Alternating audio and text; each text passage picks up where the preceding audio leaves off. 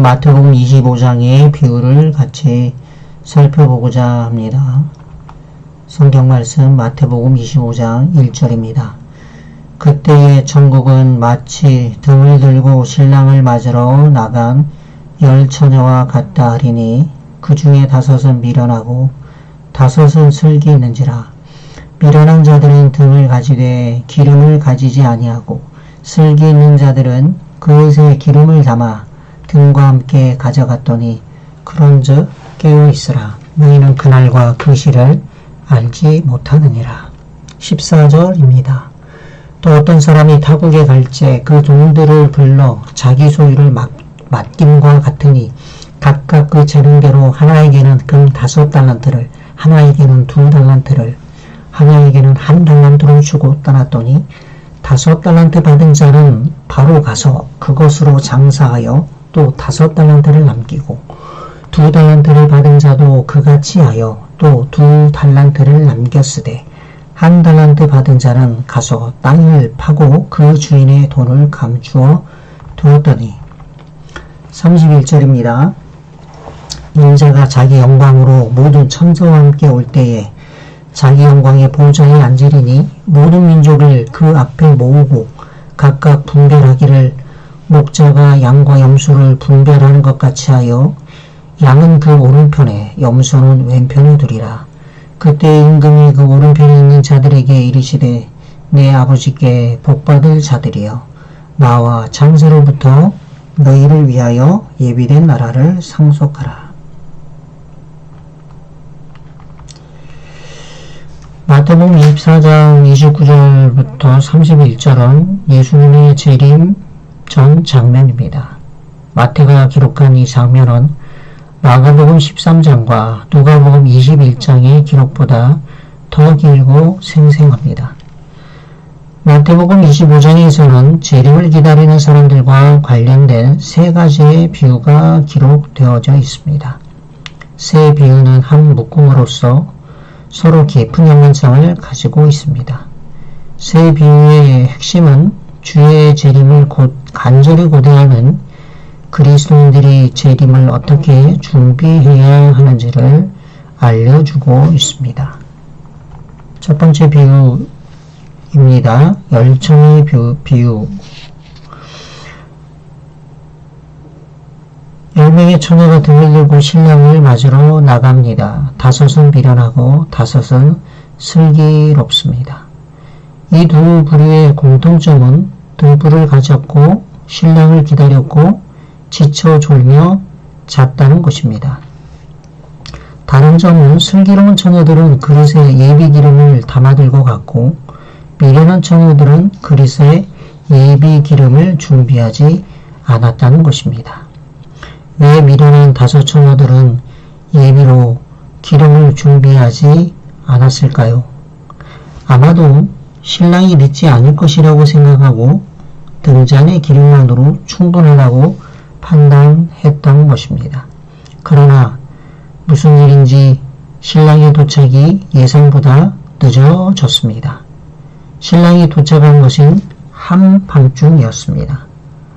어리석은 처녀들이 기름을 구하려고 헤매는 동안 신랑은 도착했고 문은 닫히고 말았습니다. 실물교훈 406쪽의 말씀입니다. 저들을 처녀라고 부른 것은 저희가 순결한 신앙을 지키노라고 공언하기 때문이다. 등불은 하나님의 말씀을 대표한다. 그리고 기름은 성령을 표상한다. 실물교훈 407쪽입니다. 10처녀는 이 세상 역사의 저녁에 신랑을 기다리고 있다. 모두가 그리스도인이라고 자칭한다. 모두가 초청을 받고 기름과 등을 가졌고 모두가 하나님을 한다고 자칭한다. 모두가 그리스도의 재림을 기다리는 듯이 보이나 그중 5은 준비가 되지 못하였다. 그 5은 놀라고 당황하여 문 밖에 서 있게 될 것이다. 이 땅에는 서로 나누어 줄 수 있는 것이 많지만 나누어 줄 수 없는 것도 있습니다. 그 중 하나는 각 개인이 준비한 기름, 즉 성령입니다. 신랑이 도착할 때 기름을 준비하는 사람은 이미 때가 늦은 것입니다. 주의 재림은 우리의 예상보다 늦어질 것입니다. 졸기에 딱 알맞은 상황이 벌어질 것입니다. 그러나 우리는 등불을 계속 끊임없이 타오르게 하여야 합니다. 스가랴서 4장의 등대 좌우의 두 감람나무는 끊임없이 등대에 기름을 공급하듯 성령은 날마다 우리에게 기름을 넉넉하게 제공하고 계신 것입니다. 그러므로 우리는 성령의 기름을 받아서 우리의 등불을 밝히 켜는 슬기로운 처녀들이 되어야 할 것입니다. 두 번째 비유는 달란트의 비유입니다. 어떤 주인이 종들에게 자기 소유를 맡기고 먼 타국으로 여행을 떠났습니다. 주인은 종들에게 각각 5달란트, 2달란트, 1달란트를 맡겼습니다. 5달란트를 받은 자는 즉시 나가 장사하여 5달란트를 벌었고 2달란트를 받은 자는 2달란트를 남겼습니다.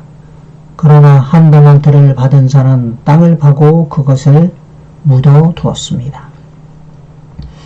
오랜 후에 주인이 돌아와 회개할 때 주인은 충실히 일해서 이익을 남긴 종들에게 잘하였도다, 착하고 충성된 종이라고 칭찬하였습니다. 주인의 즐거움에 그들은 참여하게 되었고 1달란트를 땅에 묻어두었던 종은 악하고 게으른 종이라는 책망을 듣게 되고 어둠대로 내어 쫓겨나게 됩니다. 두 번째 비유에서도 열처녀의 비유에서 신랑이 늦게 온 것처럼 주인이 늦게 돌아왔습니다. 충성된 종들은 주인이 오랫동안 오지 않았지만 열심히 일하였고 주인을 위해 이익을 남겼습니다. 주인이 늦게 온 것이 그들의 충성심을 조금 더 약화시키지 않았던 것입니다. 주인에 대한 가지가지의 소문에도 흔들리지 않았고 그들은 충성스럽게 최선을 다했습니다. 칭찬받은 종들은 주인의 말씀대로 작은 일에 충성하였습니다. 주인은 작은 일에 관심이 있습니다. 즉 그분의 관심은 숫자적 이익이 아니라 주인을 위해 일하는 신실함에 있는 것입니다. 그러나 게으르고 악한 종은 이기적인 사람으로서 주인의 달란트는 땅에 묻어두고 자기 일에만 종사하였습니다. 이런 무익한 사람들은 주의 재림을 기쁨으로 영접하지 못하는 것입니다. 우리의 미래는 심은 대로 거두게 될 것임을 명심해야 할 것입니다. 우리도 주님께서 우리에게 주신 작은 달란트에 충실하여서 착하고 충성된 종이라는 칭찬을 듣는 여러분과 제가 되었으면 좋겠습니다. 세 번째는 양과 염소의 비유입니다. 마태복음 25장의 마지막 비유는 심판에 관련된 이야기입니다. 31절에는 인자가 자기 영광으로 모든 천사와 함께 올 때에 자기 영광의 보좌에 앉으신다고 말씀합니다. 그때 모든 민족을 그 앞에 모으고 각각 분별하기를 목자가 양과 염소를 분별합니다. 첫 번째 이 비유에서 확실한 점은 중간지대는 없다는 것입니다. 우리가 행위로 구원받는다면 중간이 있겠지만 그리스도와의 관계에 의해서 구원을 받기에 이것이냐 저것이냐만 있을 뿐입니다. 산상봉 93쪽의 말씀입니다. 그리스도께서는 사람이 두 주인을 섬기지 않을 것이라거나 섬기지 말아야 할 것이라고 하지 않으시고 섬기지 못할 것이라고 말씀하신다. 그러므로 오른쪽 무리는 한 주인만을 섬기는 사람들이고 왼쪽의 무리는 두 주인이 아닌 사실은 다른 주인을 섬기는 자들입니다. 두 번째는 모든 일이 주님과의 관계성에 있다는 지각이 없다는 것입니다. 오른쪽의 무리는 자기들이 한 착한 행실에 대한 기억이 없고, 왼쪽의 무리는 자기들의 무관심하고 악한 행동에 대한 기억이 없습니다. 이유는 무엇입니까? 그것은 그러한 행동들이 그들의 일상적이기에 자각하지 못한 것입니다. 주님은 오른쪽 무리들에게 그들의 일상적인 삶을 기억나게 하십니다. 내가 죽을 때에 먹을 것을 주었고, 목마를 때에 마시게 하였고, 나그네 되었을 때에 영접하였고, 벗었을 때에 옷을 입혔고, 병들었을 때에 돌아보았고, 옥에 갇혔을 때에 와서 보았느니라. 의인들의 머릿속에 지우개가 있어서가 아니라 지극히 작은 자들에게 한 일이기에 큰 의미를 두지 않았기 때문입니다. 그런데 주님은 그들의 행위를 자신에게 한 행위로 연결시키십니다. 너희가 여기 내 형제 중에 지극히 작은 자 하나에게 한 것이 곧 내게 한 것이니라. 즉 지극히 작은 자 하나를 영접하는 것이 곧 그리스도를 영접하는 것이고, 지극히 작은 자 하나를 거절한 것이 곧 그리스도를 거절한 것이었던 것입니다. 세 번째는 구원과 상을 받는 이유가 봉사와 구제에 있다는 것입니다. 주님은 마태복음 25장의 비유에서 깨어 있으라고 하셨습니다. 이것은 기도만 하고 있으라는 것도 아니요, 주님이 오실 동쪽 하늘만 바라보고 있든지 시골로 웅돌아라는 말씀도 아닙니다. 주님이 오시기를 기다리는 사람은 구제와 봉사로 바쁘고도 충실한 청지기의 삶을 사는 사람들입니다. 재림시에는 두 무리의 사람들을 양산할 것입니다. 새 비유에서 책망과 심판을 받는 사람들은 적극적인 악인이 아니라 무사안일주의의 소극적인 그리스도인입니다. 미련한 처녀는 단지 기름을 예비하는 일에 태만하였고, 한 달란트 받은 종은 그 돈을 땅에 묻고 아무 일도 하지 않았습니다.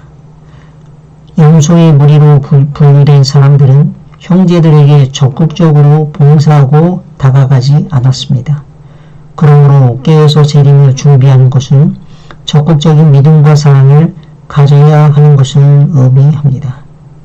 주님의 재림을 준비하는 사람들은 깨어있는 사람들입니다. 혹 재림이 늦어질지라도 당황하지 않고 실망하지 않고 늦게 오실지라도 넉넉한 기름을 준비하는 사람들입니다. 혹 재림이 늦을지라도 최선을 다해 오직 주인의 유행날을 생각하며 사는 사람들입니다.